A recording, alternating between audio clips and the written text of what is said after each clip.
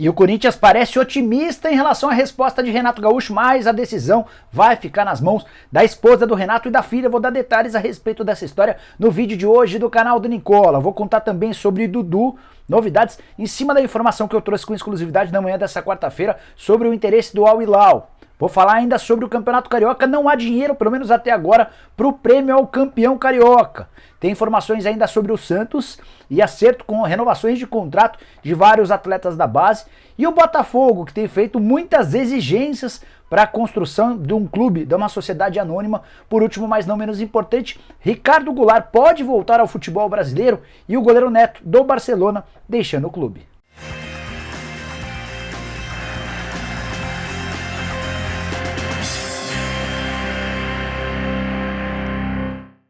Fala aí pessoal, sou o Jorge Nicola, bem-vindos a mais um vídeo do canal, bem legal ter todos vocês por aqui. Antes de começar as informações, só pedir para deixarem like, se inscreverem no canal e lembrar que o programa do Nicola dessa quarta-feira começa às 7h30 da noite. Vamos falar sobre mercado, sobre Sul-Americana, Libertadores e faremos uma entrevista bem legal com o Levenciano, candidato à presidência do Vasco, derrotado na última eleição. Já avise seus amigos e participe aqui no canal a partir das 7h30, combinado? Bom, bora começar o vídeo lembrando que ele tem um oferecimento de 1xBet, casa de apostas esportivas que tem como parceiros Liverpool, Chelsea, entre vários outros clubes grandes do mundo.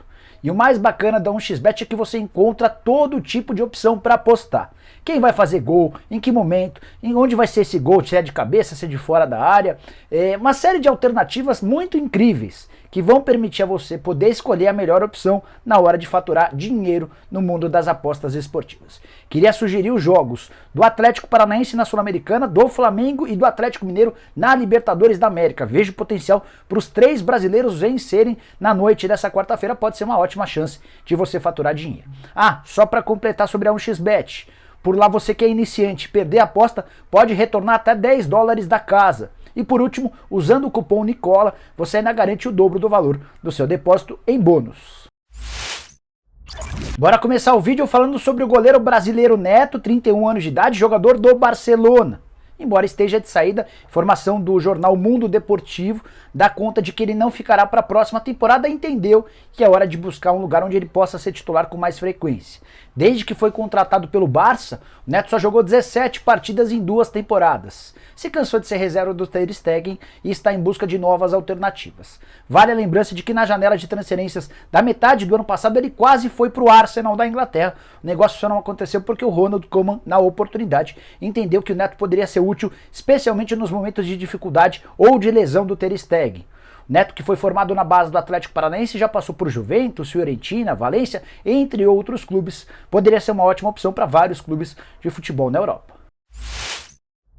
Bora falar agora sobre Ricardo Goulart, jogador do Palmeiras, passagem bem rápida pelo Verdão. Ficou 12 partidas em campo, 4 gols marcados, acabou tendo uma lesão séria no joelho, precisou retirar 80% do menisco, foi devolvido para o Guangzhou Evergrande. Por lá tem feito relativo sucesso. Teve emprestado ao EB China Fortuna e nessa temporada tem sido aproveitado pelo Guangzhou Evergrande, 4 jogos sem gol ainda. Passou por um processo de naturalização e vai defender a seleção chinesa na tentativa de classificá-la para a Copa do Mundo do Catar. Mas não é sobre isso que eu quero contar. Queria te dizer que o Ricardo Goulart foi perguntado pela TV Vanguarda, uma emissora de TV do interior de São Paulo, sobre a possibilidade de voltar ao Brasil. E o Goulart disse o seguinte, abre aspas: "Quando chegar o momento vai acontecer. Tenho que me preparar bem aqui, fazer grandes jogos, ter um bom número e esperar. Vou colocar o empresário para dar uma trabalhada." Essa última frase pode até dar indícios de que ele está voltando, mas não é bem por aí. Depois o próprio Ricardo Goulart completa, abre aspas: "Convivo com os chineses, todos estão na expectativa também em relação à classificação para a Copa. Eles depositam confiança no meu futebol. São 5 anos me dedicando ao máximo, sempre respeitando os chineses. Acho que eles estão torcendo para que isso aconteça, classificação para a Copa do Mundo. Defender um país grandioso como a China é realmente para ficar tenso, mas uma tensão boa." Fecha aspas. Bora falar agora sobre o Santos e, enfim, boas notícias para Fernando Diniz e companhia. Santos tem conseguido avanço na renovação de alguns contratos. Por exemplo, Jonathan e Cadu já acertaram as prorrogações dos vínculos. O próximo jogador que deve ter seu contrato anunciado como prorrogado é o Pirani, muito bom jogador, um meio atacante extremamente promissor. A expectativa do Santos é de acerto até sexta-feira. Lucas Braga tem conversas que têm demonstrado alguma evolução nos últimos dias. Balieiro é alguém que tem despertado otimismo em relação aos dirigentes do Santos. Existe a convicção de que talvez não tão cedo, mas nos próximos dias esse acordo possa ser sacramentado. Caio Jorge não vai renovar seu vínculo, o contrato termina em dezembro e ele tem várias propostas do exterior. O Napoli é favorito para ficar com o Caio Jorge. O Copete é uma indefinição do Santos. O Santos quer aguardar uma posição do Fernando Diniz para decidir se renova ou não o contrato com o Copete em relação ao Carlos Sanches. O primeiro contrato já foi oferecido e não houve acordo. Bora falar agora sobre o Botafogo e a possibilidade de transformação em clube empresa. Desde o ano passado, o Botafogo foi ao mercado em busca de investidores e até agora não conseguiu encontrar. Mas o mais maluco dessa história é que vazou uma carta feita pelo presidente do clube, o Durcésio Melo, e endereçada a membros da mesa do Conselho Deliberativo, que trata sobre esse assunto. Vai haver uma votação nos próximos dias dentro do Conselho.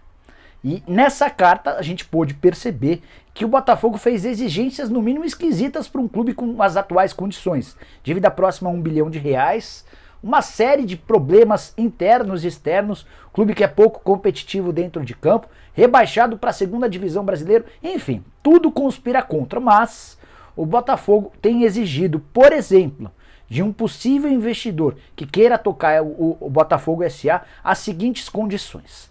Primeiro, um aporte entre 400 e 550 milhões de reais. Acho algo plausível.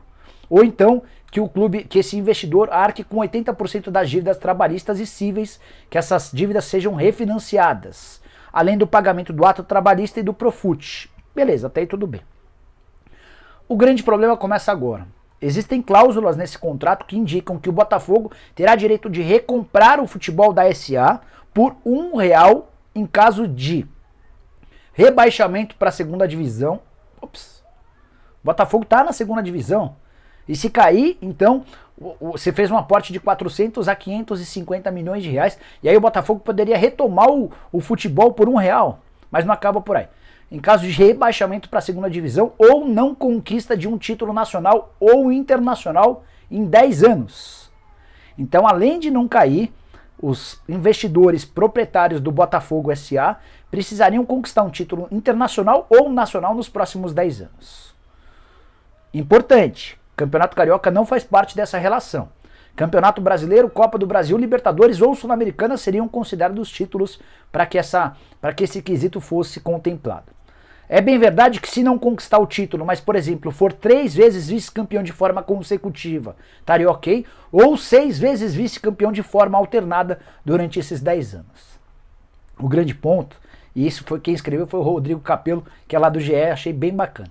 O grande ponto é que dirigentes amadores do Botafogo, cobram essas coisas de quem pensa em tornar o futebol profissional, mas foram esses mesmos amadores à frente do Botafogo que não foram capazes de dar outro título ao Bota.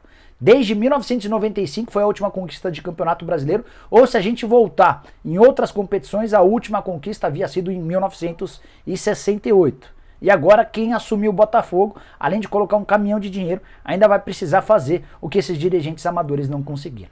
Me ajuda a te ajudar, né?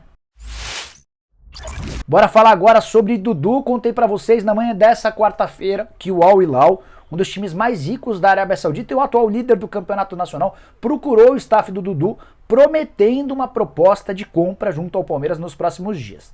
Deixei bem claro no vídeo que não há contato com o Palmeiras até agora. Houve primeiro uma sondagem no staff do jogador para entender as condições do negócio. E a promessa de que nos próximos dias vai haver uma proposta oficial ao Palmeiras. De qualquer maneira, fui checar com o pessoal do Palmeiras, depois de publicar esse vídeo, como é que o Palmeiras pensa a possibilidade de vender o Dudu para outro time. Não é o Al Duhail, onde ele está jogando por empréstimo no Catar. É o Al Hilal, time líder do campeonato na Arábia Saudita. A pessoa com quem eu conversei lembrou que o Dudu ganha 2 milhões e 100 mil reais por mês.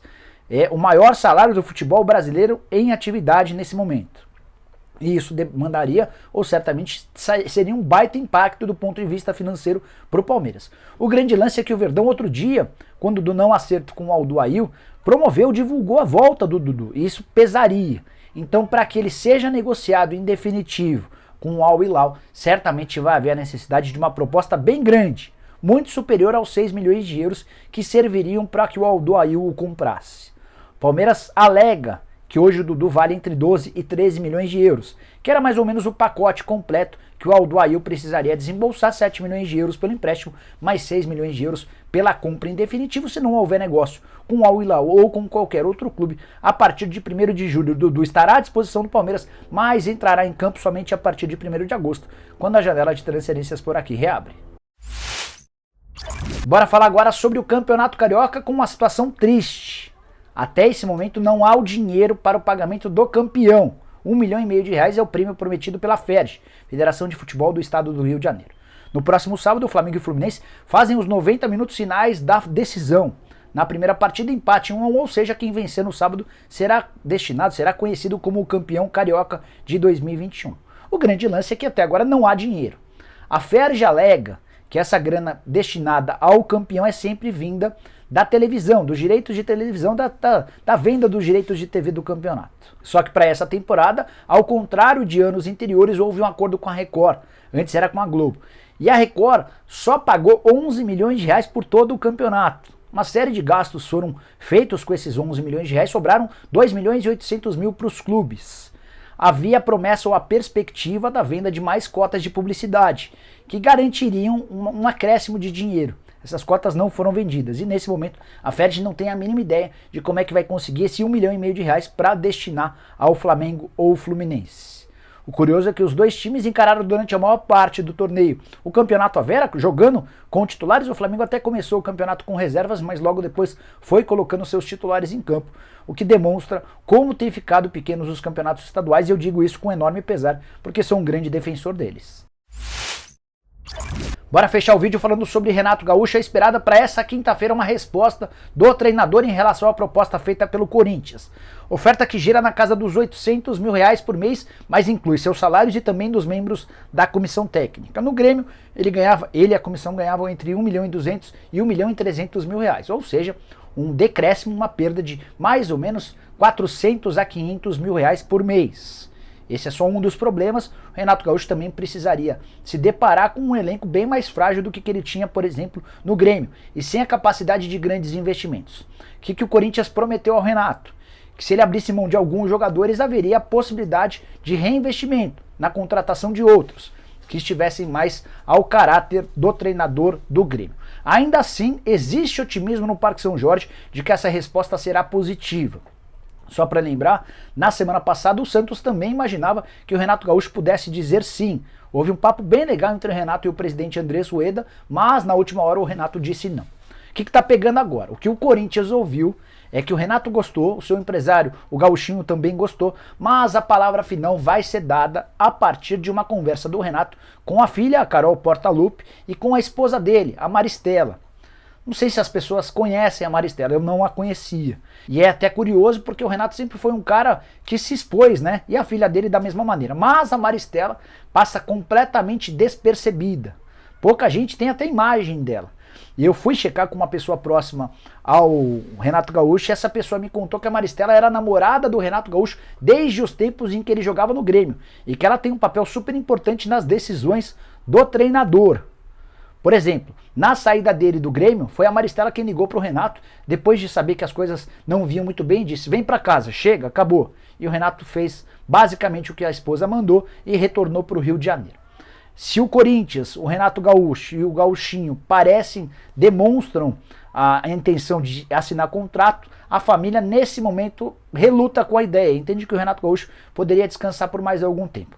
E é também por isso que foi criada uma hashtag por torcedores corintianos ao longo do dia, pedindo para Maristela aceitar o convite feito pelo Corinthians. A torcida alvinegra está muito a favor, está bem ansiosa em relação à possibilidade da contratação do treinador. Queria a sua opinião, use o espaço para comentários para dizer se você acha que o Renato deve ou não aceitar o Corinthians e se ele pode dar certo à frente do timão.